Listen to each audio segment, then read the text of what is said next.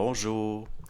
Bon, d'habitude, quand je fais une vidéo, je fais ma toilette avant, là, mais là, un matin, bon, j'étais en état de parler de certaines choses, puis ça me tente, puis bon, c'est sûr, j'ai l'air un peu fou, là, dépeignant de même, mais là, on s'en fout, hein, pas grave, pas si important que ça, là. Bon, dernièrement, il est arrivé quelque chose d'intéressant, puis ça m'a fait voir d'autres choses. Ouais, c'est ça qui est intéressant, c'est de voir d'autres choses tout le temps. Là, j'étais allé voir une vidéo, puis je l'appréciais beaucoup, la vidéo, puis finalement, j'ai fait un commentaire qui allait dans le propos de la vidéo. Mais, qu'est-ce que je vois pas arriver? Deux comiques que j'ai déjà reviré de bord ici sur la chaîne parce que ils se montraient déplaisants, puis bon, eux autres, ils étaient pas contents de me voir là. Donc, tout de suite, ils se sont mis à faire le procès du supramental, puis de Bernard de Montréal. Donc là, je lisais ça, puis là, finalement, je me suis mis à répondre, mais finalement, c'est parce que ça avait comme pas rapport avec mon propos, puis c'était agressif, vraiment. On sentait une certaine agressivité. Donc, moi, je considère que les gens ont le droit de dire ce qu'ils veulent, mais bon, j'ai le droit de répondre aussi si ça donne en plein dans ma face. Bon, donc, ok, j'ai répondu le plus honnêtement possible, le plus honnêtement du monde. Puis finalement, ça devenait de plus en plus agressif. Puis j'essayais de répondre. Puis là, finalement, ce matin, je vois une réponse. La personne me dit, c'est pour ça que je me dis, on va parler un petit peu de psychologie. On va parler un petit peu de la mécanique de projection. La personne me dit que je perds mon calme, puis finalement, je suis là, ben non, pourtant, non, je suis resté bien calme. Même, je vous dirais, j'étais un petit peu amusé pareil, là. J'ai toujours un certain. Bon, être un petit peu fanfaron des fois, puis bon, il y a des choses, je ferais pas ça si j'avais pas de fun non plus, là. Faut avoir quand même du fun dans ce qu'on fait, puis quand je réponds, c'est parce que, bon, j'ai quand même un certain plaisir à le faire. Puis là, la personne me dit que je perds mon calme, que je suis super émotif, puis pourtant, c'est pas le cas. Puis je me disais, ben voyons. L'affaire qui arrive, ça c'est signe que la personne est devenue très émotive en me lisant. Je disais des affaires probablement qui font pas son affaire, puis qu'elle est en train de perdre son calme. Parce que là, vous savez, là, m'écrire en lettres capitales, là, comme Marie-Chantal Toupin, là, mais elle, bon, c'est pas pour les mêmes raisons, mais c'est un peu l'équivalent, comme si la personne se met à crier, là. Puis là, je suis là, puis la personne m'a dit de garder mon calme, puis que je suis super émotif. Ça, c'est signe, c'est ça une projection. C'est-à-dire la personne, elle projette sur moi ses émotions, puis sa perte de calme. Puis j'ai refait une réponse, puis qui est correcte, qui est la plus posée possible, et puis, mais je reconnais le même comportement. Le même comportement qui fait que je m'étais lassé sur ma chaîne. Puis comme j'étais pas chez moi, puis que bon, là, on est pris à défendre les affaires comme le supramental, Bernard de Montréal. Bernard de Montréal, je l'ai jamais idolâtré comme un maître. Puis même, j'ai tout le temps été un peu critique certaines choses. Même que ça a amené des conflits dans ce milieu-là. Puis même, c'est arrivé que j'ai dit à du monde, démontré qu'il y a certains aspects lucifériens, des fois chez Bernard de Montréal, que peut-être qu'il ne voyait pas. Mais vers la fin de sa vie, il y a quelqu'un qui était, il y a longtemps, là, dans les débuts, qui était avec Bernard de Montréal, qui me disait, moi, ben, il y a une conférence vers la fin de sa vie où il en parle de ça. Où il parle justement du fait que lui, s'était déjà fait avoir, puis qui, bon, supposément qu'à un moment donné, il est presque au bord des larmes, là, en parlant. Donc, finalement, moi, je n'ai jamais idolâtré. L'affaire, c'est que Bernard de Montréal, il a amené certains sujets que personne d'autre au Québec a parlé de ça. Donc, on n'a pas le choix de faire référence des fois à lui. Parce que, bon, ça il reste que c'est intéressant. Comme on peut parler le concept du surmoi, mais même le concept, on peut même, c'est plus qu'un concept, là. Sans être freudien pour autant. Hein? Donc, bon, il reste que c'est intéressant pour les phénomènes de projection comme ça. Puis, prenez par exemple quelqu'un qui va être porté à se déprécier. Il y en a, là, c'est là, je vous parle, il y a de la programmation là-dedans, puis ça vient tout le temps de l'enfance. C'est dans l'enfance que ces mécaniques-là vont, comment je pourrais dire ça, j'allais dire s'engrammer, mais c'est pas le bon terme, mais que ces mécaniques-là, au niveau d'une programmation mécanique, puis là, je parle pas de la programmation, je parle d'une programmation au niveau comportemental. Bon, la personne qui va se déprécier va être portée à se déprécier beaucoup. Comme par exemple, bon, vous pouvez avoir des dames qui sont un petit peu rondes, puis elles vont beaucoup en public s'auto-dénigrer avec un sens de l'humour en riant de leur rondeur. D'ailleurs, c'est devenu un peu une mode là, en humour. Ça, c'est important de comprendre que c'est lié à un mécanisme de défense. Toujours. Toujours. C'est pour ça qu'il y a des gens, ils ont un physique tout à fait banal. Ils ont un physique tout à fait banal ou une intelligence même au-dessus de la moyenne. Puis pourtant, ils vont tout le temps, par réflexe, se dénigrer. Dire qu'ils sont pas beaux, dire qu'ils sont pas intelligents. Puis là, après ça, là, il y a en bas. Ça, c'est un mécanisme de défense. Si vous avez l'œil avisé pour certaines choses comme ça, comme oui, par rapport à ma famille, bon, on est lié un petit peu à la loi, hein, mais il y a aussi des psychologues, puis bon, ça a tout le temps été des choses intéressantes pareil, mais au niveau de l'observation, parce que moi je ne suis pas un psychologue, mais au niveau de l'observation, je peux être entre guillemets psychologue un petit peu. Donc, ces mécanismes de défense-là, ça vient de la petite enfance. Puis souvent, c'est la personne va avoir subi de l'intimidation à l'école, des choses comme ça. Puis d'arriver comme ça, puis de s'auto-dénigrer, c'est une façon de garder un certain contrôle. Bon, mais c'est pas grave, là. Hein? Tout le monde a des failles, puis tout, mais il reste qu'au niveau d'une déprogrammation, au niveau du comportement, il faut le voir, ça. C'est par l'observation hein, qu'on défait. Puis c'est l'essentiel de mon propos, depuis toujours l'observation. Il y a David Lévesque qui a fait un enregistrement, là, un audio dernièrement. C'est très, très intéressant. Puis j'ai l'impression, puis je suis content, je me réjouis, puis j'ai l'impression, on est quand même, on est de plus en plus lucide pareil par rapport à certaines choses. Là, il y a certaines choses qui reviennent à la mode. Bon, je me dis tant qu'à faire, on va en parler de tout ça aussi. Comme ce qu'on appelle le discernement des esprits. Là, on n'est pas dans de la psychologie au sens actuel du terme. Mais au niveau de la culture occidentale, judéo-chrétienne, j'aime pas le terme judéo-chrétienne, parce que c'est un peu un oxymore, là, judéo-chrétien. Mais bon, le discernement des esprits, c'est quoi? Dans les évangiles, c'est une grâce. C'est un savoir instantané, une vue, notamment qui est attribué à l'apôtre Pierre. Donc, le discernement des esprits, comme à un moment donné, il convertit quelqu'un, puis il dit, il voit qu'il y a encore de la méchanceté, puis il dit, tu trembles dans le fiel, quelque chose comme ça. Ou à un moment donné, une femme qui est une esclave, là, qui aide des maîtres par rapport à de l'information, si on peut dire entre guillemets, qu'elle canalise, puis lui, il voit que c'est de la médiumnité, dans le fond, qu'il y a quelque chose qui la chevauche.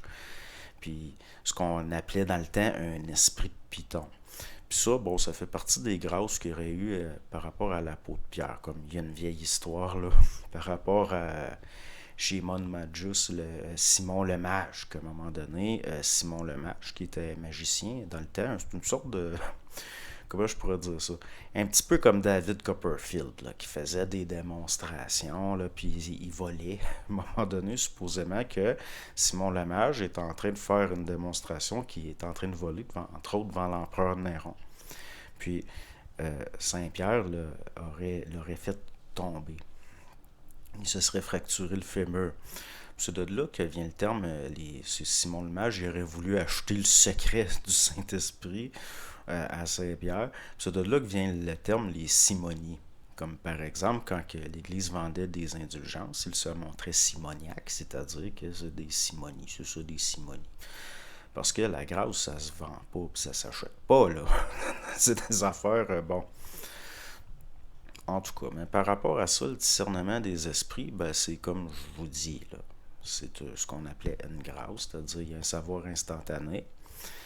Puis, par la suite, là, l'affaire va parler les jésuites. Parce qu'avant, certaines sociétés secrètes qui infiltraient les gouvernements, bon, ben, il y a eu ce qu'on pourrait appeler des modèles petit peu avant. Puis c'est pour ça que les Jésuites ils ont été foutus dehors de certains pays, parce que d'une certaine façon, ils respectaient pas l'indépendance nationale, puis c'était une influence importante. Puis les Jésuites étaient fins psychologues. C'était fins psychologues. Puis bon, l'affaire, c'est que au niveau de Saint-Ignace de Loyola, puis certains exercices pratiques, eux autres, ils ont fait de le discernement des esprits une doctrine pratique. Donc, c'est plus nécessairement une grâce, mais on n'est plus dans le savoir, c'est de la connaissance. Puis c'était transmis, puis bon, ils s'instruisaient entre eux autres bon, jusqu'à un certain point, on pourrait même dire ça fait partie de quelque chose d'un petit peu caché. Là. C'est de l'occulte, dans le fond, là. Hein, à ce niveau-là. Prenez Heinrich Himmler. Heinrich Himmler, par exemple, quand il a voulu faire ses SS, qui est une sorte d'ordre de moines soldats, puis tout, c'est inspiré un petit peu de Saint-Ignace de Loyola, là. Hein? Qu'on le veuille ou pas, il y a des influences catholiques chez Himmler. Parce que c'est un catholique étant enfant, Hitler aussi d'ailleurs, mais bon. Par exemple, il y en a qui vont dire Hitler c'est un néo-païen, puis ben non, il voyait quand même, il était critique. Il voyait dans un mauvais œil un petit peu le néo-paganisme d'Himmler, là. Mais comme c'est comme c'est quelqu'un qui était opportuniste, ben, il était tout le temps prêt à se servir de des formes ou des choses qui pouvaient servir son agenda à lui. Donc, il a laissé faire Himmler avec ses histoires de néo-paganisme, puis d'ordre noir, de ci, puis de ça, puis bon. Mais il reste, ça rappelle un petit peu les jésuites, un petit peu. Parce que, mais là, on est plus dans ce que j'appellerais les débuts de ce qu'on pourrait appeler de la programmation mentale, le contrôle mental, à des fins politiques, entre autres, ou d'ingénierie sociale. Comme par exemple, prenez le moine Héliodore, parce que ça aussi chez les orthodoxes russes, par exemple, un qui était pas pire fin psychologue, mais qui était une personnalité un petit peu, je dirais un caractère un petit peu faible, c'est le moine Héliodore. Le moine Héliodore, c'est un orthodoxe russe qui a eu affaire à Raspoutine. Puis quand il était en présence de Raspoutine, Raspoutine, c'est quelqu'un qui a grandi dans des conditions difficiles, qui avait frôlé la mort de proche quand il était jeune, puis des choses comme ça peut forger la volonté. Puis Raspoutine, c'était quelqu'un qui avait un magnétisme très très puissant, c'était quelqu'un qui avait une forte volonté, puis tout. Puis juste ça, j'ai eu affaire, moi, à une dame comme ça, il y a longtemps, que j'avais des choses légitimes, des fois à lui reprocher, puis dès que j'étais dans son bureau devant elle, j'étais pas capable. Elle venait à bout de m'imposer sa volonté, juste par sa présence, juste par son magnétisme. Mais aujourd'hui, ça ne marcherait plus, là. Mais il reste que c'est un petit peu ça qu'a vécu le moine Héliodore. C'est-à-dire qu'en présence de Raspoutine, quand il était en présence de Raspoutine, il était, même s'il il y avait des choses à reprocher à Raspoutine, puis qu'il y avait même une certaine colère, puis une certaine haine contre lui, il était totalement incapable de lui faire face ou de le confronter, tellement que même il était pris en photo avec, puis même des fois quand Raspoutine n'était pas là, au début, le moine Héliodore, il pouvait pas s'empêcher d'en dire du bien, puis de, bon, ça c'est à cause d'un fort magnétisme, d'une forte volonté, puis Raspoutine il était un personnage quand même hors du commun. Par après, c'est là que le moine Héliodore il va tomber dans des techniques un petit peu comme, je dirais un petit peu comme certaines techniques comme on voit chez les jésuites. Parce que, bon, il a fini par comprendre qu'entre autres, Raspoutine était un fin psychologue. Puis, mais il y avait plus que ça, là. Il y avait plus que ça. Finalement, le moine Héliodore, qui était jusqu'à un certain point rempli de méchanceté puis de haine envers Raspoutine. Ça s'est devenu de la haine jusqu'à un certain point. Vous savez pas ce qu'ils ont fait. À un moment donné, lui puis un autre, ils ont tendu une embuscade. Puis ils l'ont fait rentrer dans une pièce où ils s'attendaient pas à ça, Raspoutine, puis une pièce dans la pénombre. Puis ils l'ont battu avec une grosse croix. C'est ça le problème par rapport à de la spiritualité naïve. Ça peut aboutir à de la division extrêmement violente. Puis, ils l'ont battu à coups de croix, puis bon, c'est assez spécial. Mais ils n'ont jamais été capables, au niveau du charisme puis de l'influence qu'avait Raspoutine, ils n'ont jamais été capables de le contrer tant que ça. C'est là que le moine Héliodore, si on peut dire, il est sombré un petit peu dans ce qu'on pourrait appeler des techniques discutables puis tout. Puis, il est allé jusqu'à programmer.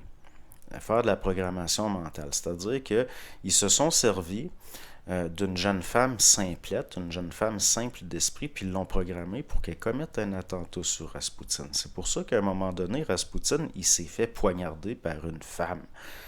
Que finalement, je pense qu'elle n'a pas été reconnue responsable de ses actes parce que c'était une folle. Parce qu'au niveau de la programmation mentale, ils vont tout le temps se servir, entre autres, de des esprits faibles, un petit peu. Comme par exemple, quand il y a eu les films, là, Dan Brown, puis tout, puis là, il y a eu une diabolisation de l'Opus Dei, mais l'Opus Dei, c'est bon. Sont pas si pires, là, sont les gens que, comme déjà j'osais avec quelqu'un qui était dans l'Opus Dei, puis c'est pas du mauvais monde, là. On pourrait parler en tant qu'organisation, il y a un petit côté spéculation immobilière, bon, mais c'est pas du monde comme il a été décrit par cabochon à Dan Brown, là, tant qu'à moi qui a désinformé du monde. C'est de la fiction, il faut comprendre que c'est de la fiction. Par contre, les jésuites, là, à certains niveaux, ouais, il y a certaines connaissances. Puis, au niveau de Saint-Ignace de Loyola, puis les exercices de Saint-Ignace de Loyola, parce que c'est des affaires, c'est des exercices pratiques, puis tout, au niveau de ce qu'on transmet par rapport au discernement des esprits,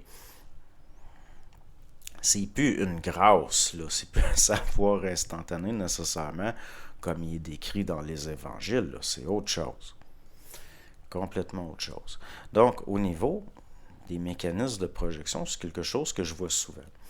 C'est-à-dire, non seulement, subjectivement, on va être porté à s'identifier à nos pensées ou à des pensées qui ne viennent pas de nous, mais surtout, entre autres, des impressions. Des impressions. C'est là qu'il peut y avoir un jeu de projection, surtout si la personne va avoir des mécanismes de protection au niveau de protéger l'ego. Puis souvent, comme des personnalités très émotives ou des personnalités que le système nerveux à un moment donné, parce que tout ça, c'est lié, entre autres, au système nerveux. C'est la clé, là, le système nerveux, vraiment, là, de comment ça fonctionne, ces affaires-là. Le système nerveux, c'est vraiment la clé. Donc, la personne, par exemple, peut lire un texte, puis intérieurement, elle va devenir émotive, elle va perdre son calme. Mais, au niveau d'une subjectivité, puis des mécanismes inconscients de protection psychologique, la personne va projeter ses propres émotions, ses propres pensées sur l'autre. Puis ça ne peut pas faire autrement que d'aboutir à des malentendus. Ça ne peut pas faire autrement. Puis c'est là que vont naître de la division, des haines, une certaine agressivité. Comme je considère que le moine Héliodore, il n'a pas juste manipulé une femme simplette, il s'est manipulé lui-même. Puis pour aboutir finalement à des comportements détestables, vraiment, là. C'est quand même, j'irais jusqu'à dire que c'est triste, mais c'est l'histoire humaine, là, l'être humain.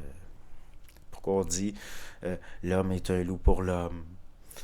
Donc, c'est ce que j'avais à dire sur ça. David Lévesque, son dernier enregistrement, moi, je le trouve très lucide. Puis, il y en a, ils vont me reprocher, c'est Bernard de Montréal, je le considère pas comme un maître, mais pas du tout. Mais on n'a pas le choix de s'en servir un petit peu comme référence. Il y a juste lui qui a parlé de certaines choses. Puis là, je parle au niveau d'une observation, d'un exercice pratique. Puis bon, mais il reste que, oui, il y a des aspects, des fois, qu'on pourrait considérer comme un petit peu lucifériens chez lui. Mais par contre, d'aller dire que Bernard de Montréal, il essayait de mener les gens à penser que l'être humain allait devenir son propre Dieu. Ça, c'est un mensonge. C'est réellement un mensonge. Puis, c'est pas vrai du tout. En tout cas, ça dépend toujours de l'interprétation que les gens ont, comme l'affaire voir ce qu'il y a au-delà de la forme. Les gens souvent vont pas comprendre la différence entre la forme, qui est liée souvent à la mémoire collective, à des choses comme ça, puis la chose en elle-même au-delà de la forme. Donc, c'est à faire très attention. C'est pour ça que Bernard, il ne faut pas l'interpréter au sens de l'intellect, de l'ego psychologique dans ce qu'il dit. Il faut voir au-delà du formel, de sa parole. C'est pour ça que jusqu'à un certain point, ça peut devenir dangereux. Puis le fait justement que je suis critique de certains aspects de Bernard, ça a amené des conflits. C'est pas le fun, là. C'est un petit peu ingrat des fois, même être honnête jusqu'au bout, ça devient gras. Bonne journée.